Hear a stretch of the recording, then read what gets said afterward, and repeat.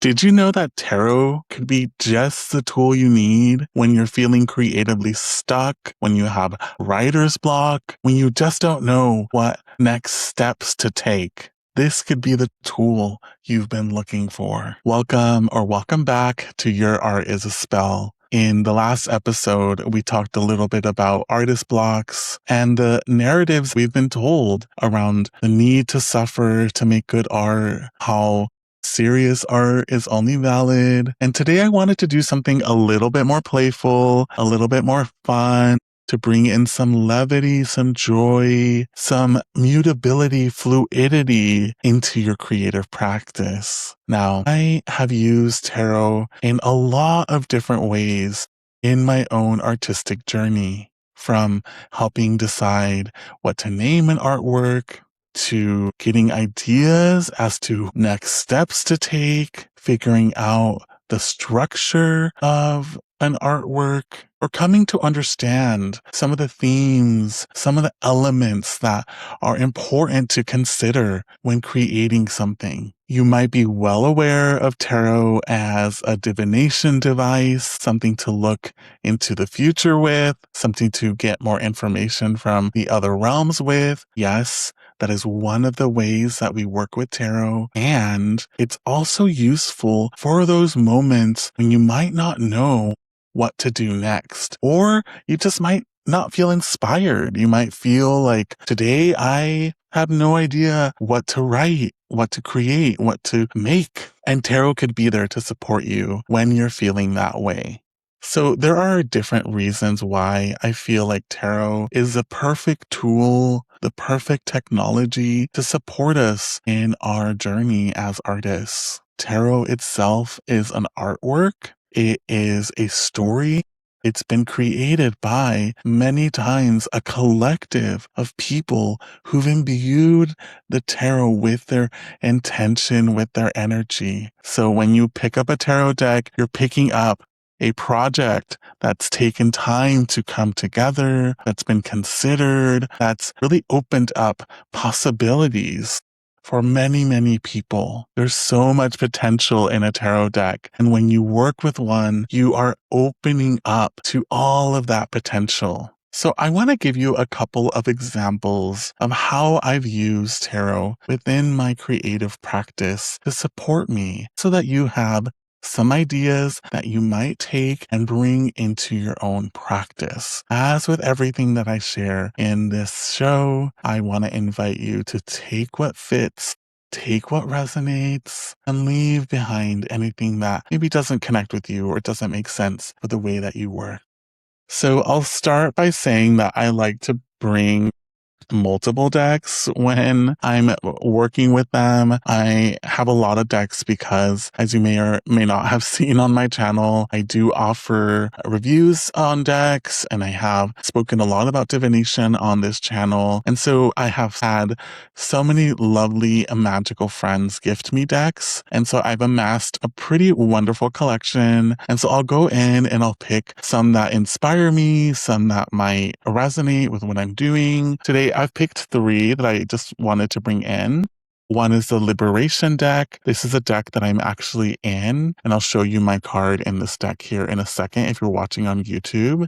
And the second deck is called the Travel Tarot, and this deck is made by Cosmic Cousins, aka Jeff Hinshaw. Jeff was on Your Art is a Spell at the beginning of this podcast. I will link his video in the show notes, as well as on YouTube if you want to check out his video. I also have the Missing Witches deck of oracles. I've done a review on this amazing deck. I've done a flip through of this deck as well, and it is a deck that has so many divine creators, activists, earth shakers, and movers. So if you're looking for an ancestral, energetic, personal connection that will support you in your creative practice, this is a deck to go to, because there are actual people in here who are alive right now or who have lived on this planet that can help bring energy towards you and your creative practice. So let's just say that I'm working on an artwork. It's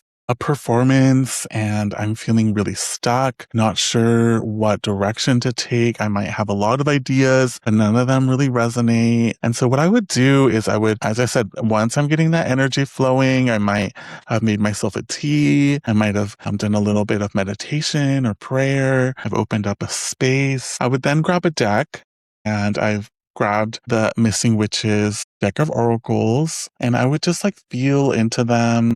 I like to use my sensation a lot when I work with tarot. I am visual when it comes to psychic gifts, but I do feel that for me, I really feel into when the right card appears. So I'm going to just take a second here, feeling into the cards. I'll place them in my hand or I'll put them on a table, and then I'll just run my fingers through the cards. And whenever I feel ready, I'll pick a card and pull it out. And the card that comes up is Mayumi Oda. I'll show it here for you to see. And the word that's underneath Mayumi is nurture.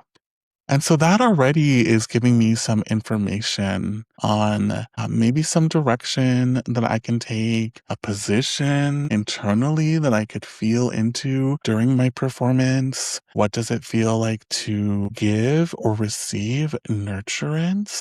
I can also take a moment to connect with Mayumi, looking into Mayumi's eyes, letting her just maybe share anything that feels important to share with me. This is a way, especially if you don't know how to work with tarot or don't have them all memorized, there's a way that you can really open up your own intuition in allowing the messages on the card to share with you what meanings they might have or what meanings your intuition is picking up from them. Message I'm really getting from Mayumi in this card is like, you got this, Edgar. Go. Do it. You know what you need to do. It's very comforting. It's giving me the permission maybe that I'm seeking, that I'm asking for, and also that encouragement from an ancestor, from a loved one that's like just watching you, letting you know that you can take that next step.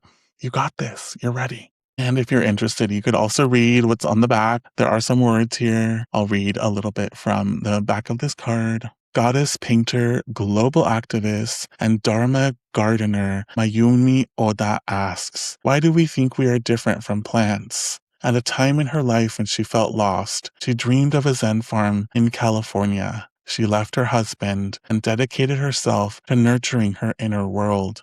In Japan, Buddhism for me was like the dusty sutra on the altar. Here it is alive, taking new form. The ancient Buddhist teachings of interconnectedness is enriched by the Native American tradition of reverence for the earth. Her paintings of goddesses embody paradoxical witch energy. They glorify and humanize. Goddesses ride bicycles and talk on telephones. This card invites you to nurture your inner world like a sacred garden.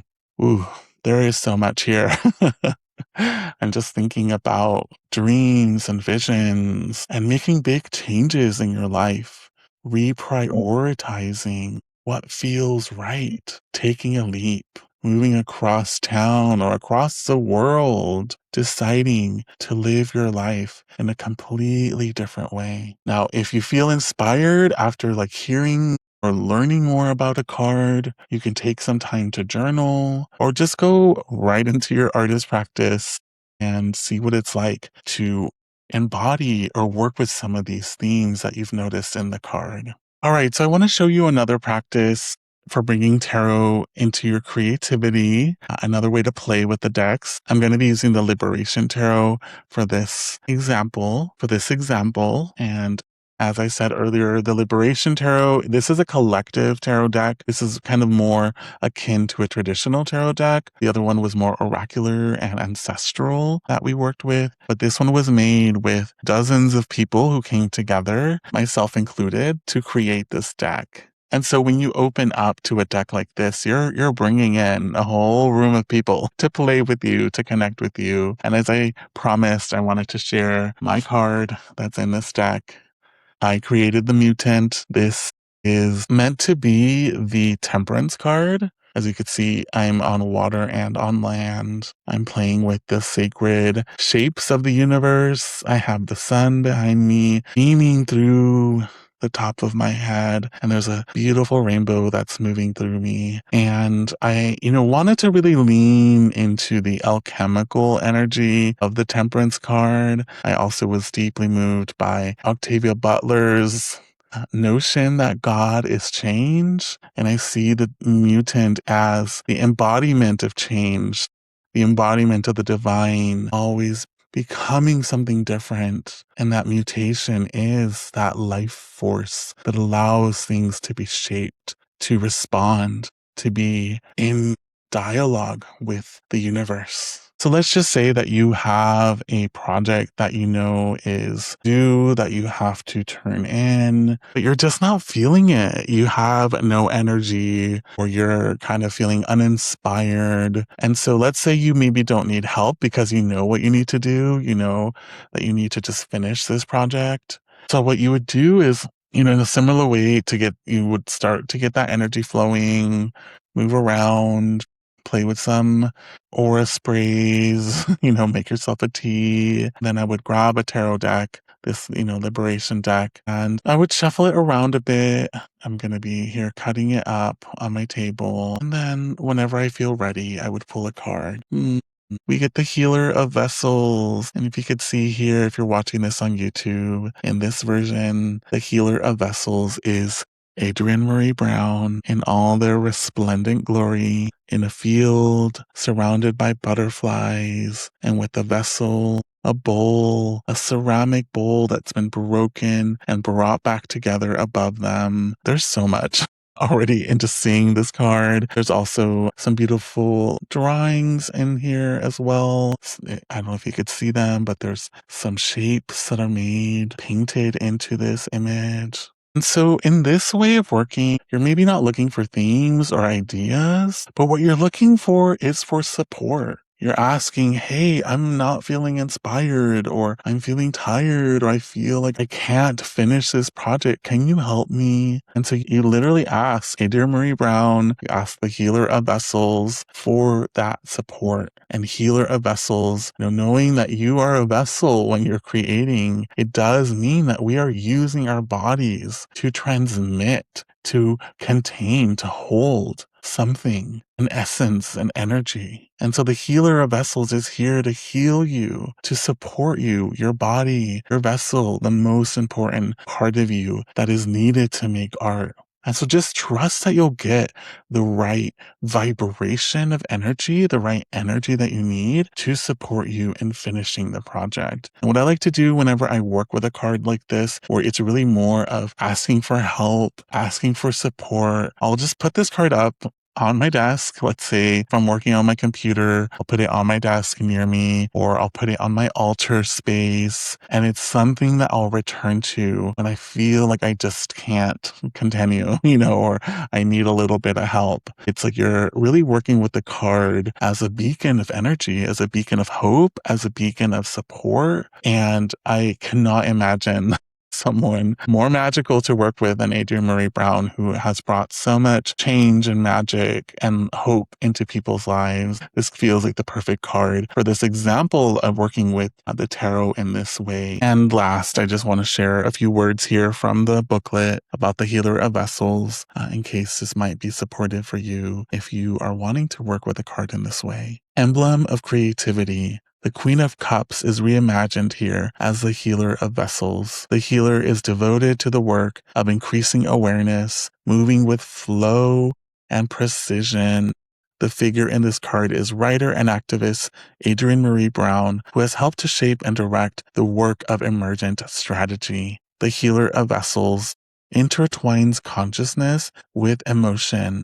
She guides imagination with patience, care, and love. We can learn to move with precision between inner and outer responsibility, continually reassessing where we place our attention. The Healer of Vessels arrives with a clear message to turn up the volume, on your intuition. You are trusted. You are deeply and profoundly accompanied. You can work with what you know. Trust the vessel, even when it is cracked. Wow. So just imagine receiving this message when you are at your wit's end, when you're feeling tired, when you feel like I cannot finish this project.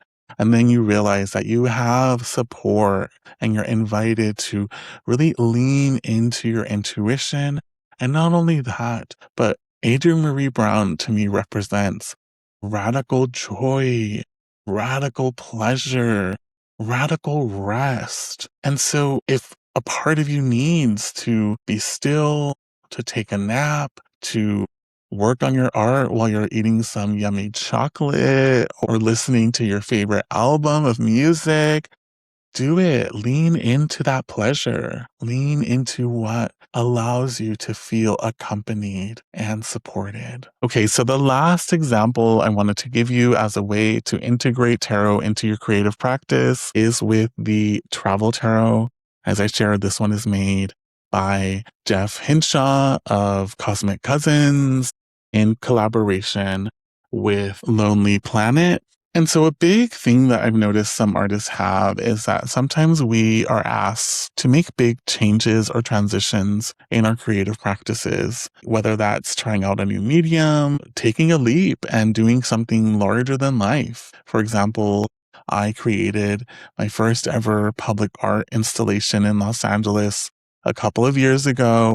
And it was my first time ever working with a fabricator, my first time ever creating something that was going to be shown publicly in a way where people could interact with it, where it was in front of City Hall. And that felt like a big leap, right? And so you might have these moments where you're like, hey, I'm either pivoting or I'm feeling like I want to move in a different direction, or I, maybe want to get to that next level or that next step and I need some help. And so I'm just thinking of that for this next example of how to work with tarot. I'm going to pull these cards here out of the deck. And I know that in the last two examples, I've just been using one card. And again, you could adapt this to whatever feels right for you. Again, this is like you playing. This is you getting information. If the first card doesn't really give you what you need or you're feeling confused, pull another card, right?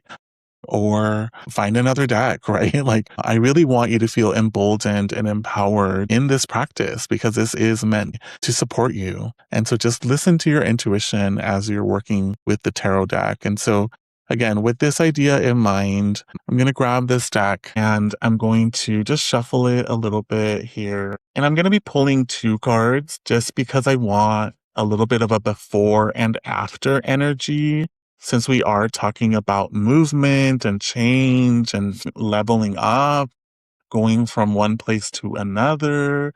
And so I do want that A and B energy, right? And so that's why I'm going to be pulling two cards. And again, as a witch, I really sense with my hands. I sense into when it's the right time.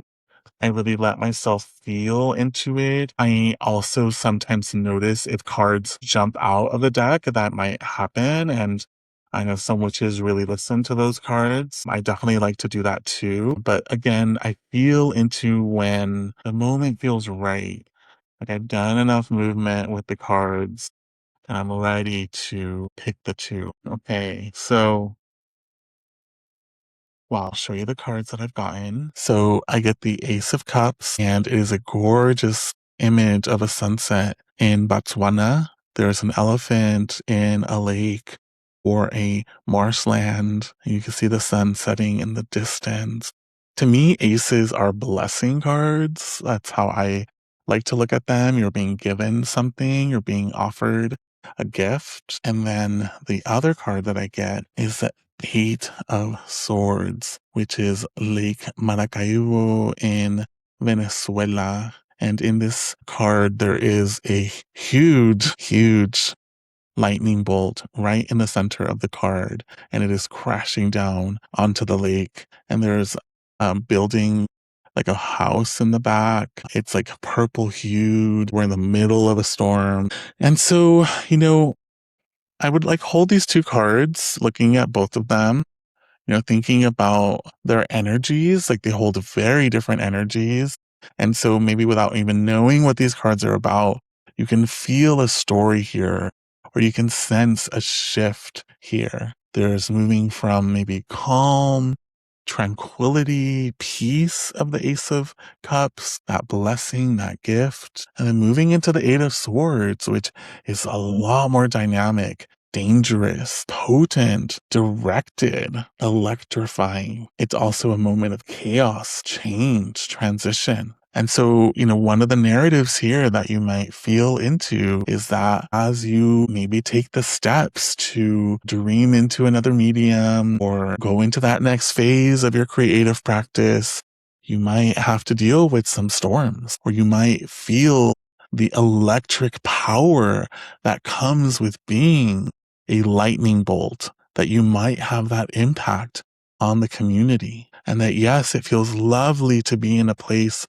of rest and tranquility, to watch the sunset, but that it's needed for us to move in another direction, to really move with the elements into the chaotic unknown. So trusting that that might be the path you might be going on, and that that might be what's required to move into that next direction. Some other things that I noticed in these cards is that they both have water at the center of the card. And so to me, this also means that water is profoundly important for this next step.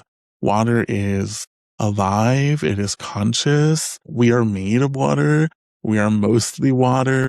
And water is what allows us to have life on earth, allows things to evolve and change and mutate.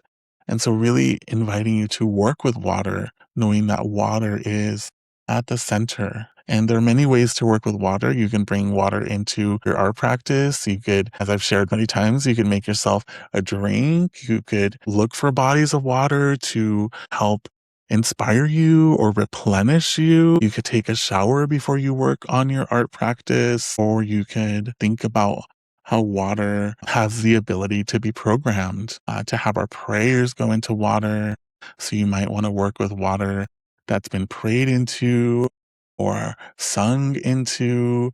You might want to put crystals in your water, or put water out under the full moon and drink that water to get that energy of the full moon, which is about being fully embodied and stepping into that next phase of your life. So there are many ways to allow these cards to really guide you and give you some information about what's next or what's coming. I'm going to just share a little bit here from the Travel Tarot deck, just so that we can see how these cards are spoken about, starting with the Eight of Swords, which is the lightning bolt energy. Traditionally, the Eight of Swords symbolizes powerlessness and restriction. However, its invitation also heralds the potential for radical new perspectives and breakthroughs. One of the oldest lakes on Earth, Lake Maracaibo, is home to the Catatumbo lightning phenomena, where powerful storms bring hundreds of lightning strikes per hour, making it the most lightning-prone place on the planet.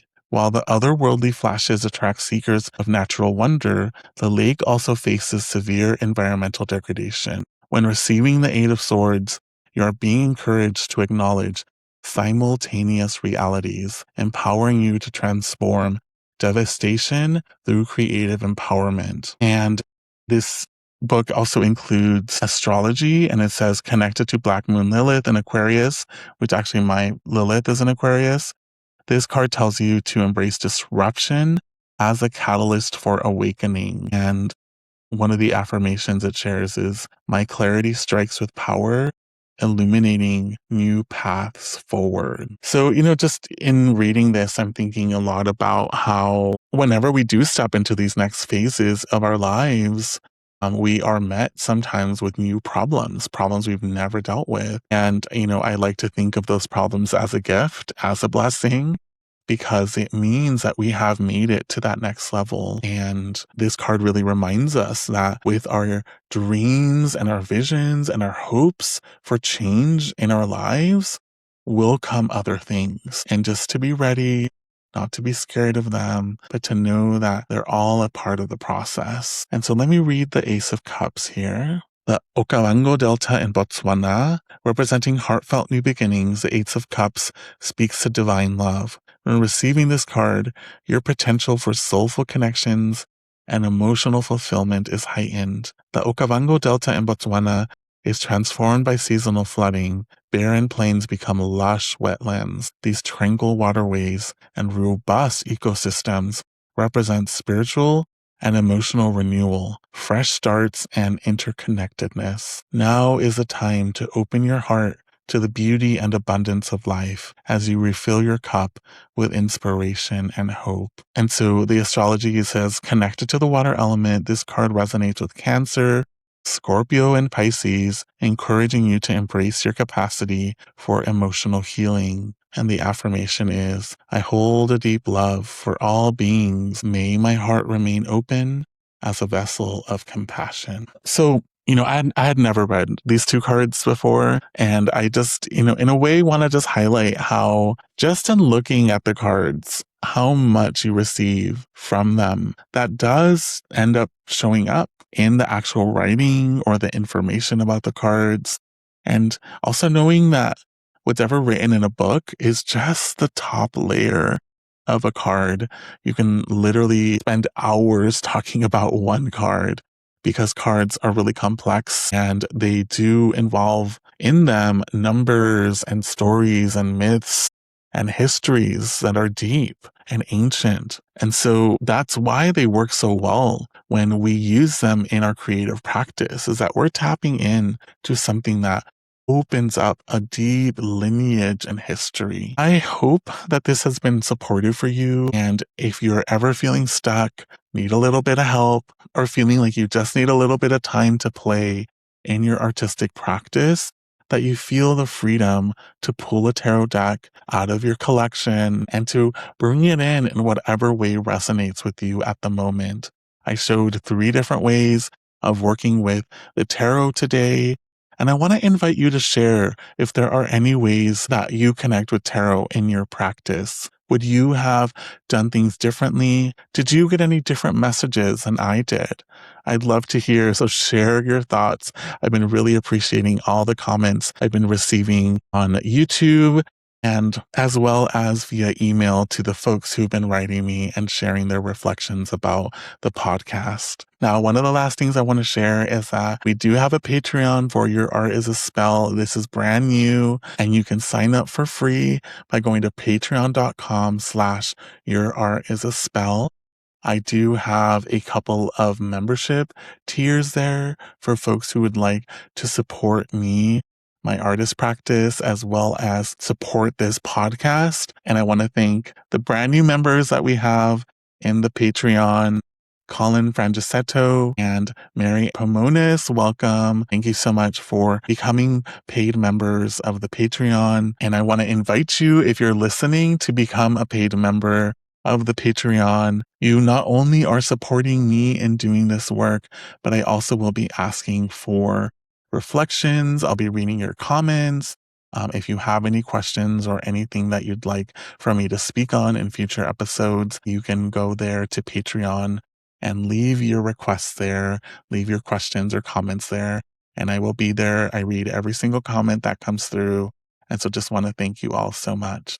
And if you're interested in my newsletter, you can go to mutant-magic.com to sign up for free to my newsletter. I have some big announcements coming about a couple of big projects that I've been involved in that I'm going to be sharing soon. So if you want to make sure that you get those announcements, go to mutant-magic.com. Now, I want to thank you so much for listening to this podcast or watching us on YouTube. Please play with the algorithm. Let us know what you feel or think about this episode. Like and subscribe, leave a comment, leave a review. All of those things help us in expanding our webs, expanding our networks, and expanding our magic. And never forget that your art is a spell, and it will change your life and the world around us. Bye.